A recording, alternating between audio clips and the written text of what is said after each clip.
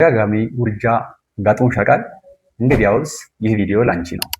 ተደጋጋሚ ውርጃ የምንለው ሁለትና ከዛ በላይ ውርጃዎች ካጋጠሙሽ ተደጋጋሚ ውርጃ ይባላል። እነዚህም በጣም ብዙ ምክንያቶች ሊሆኑ ይችላሉ።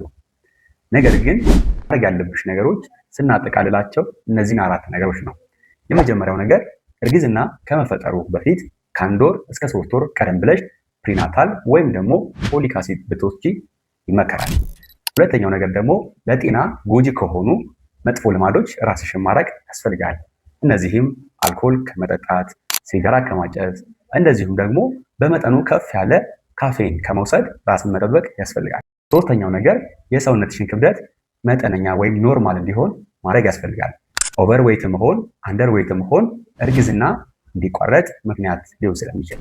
የመጨረሻው ደግሞ ተደጋጋሚ እርግዝና መቋረጥ ብዙ ምክንያቶች ስላሉት ወደ ሕክምና ተቋም መምጣት፣ ምርመራ ማድረግ፣ ችግሩንም ለይቶ ደግሞ መታከም ሊያስፈልግ ይችላል።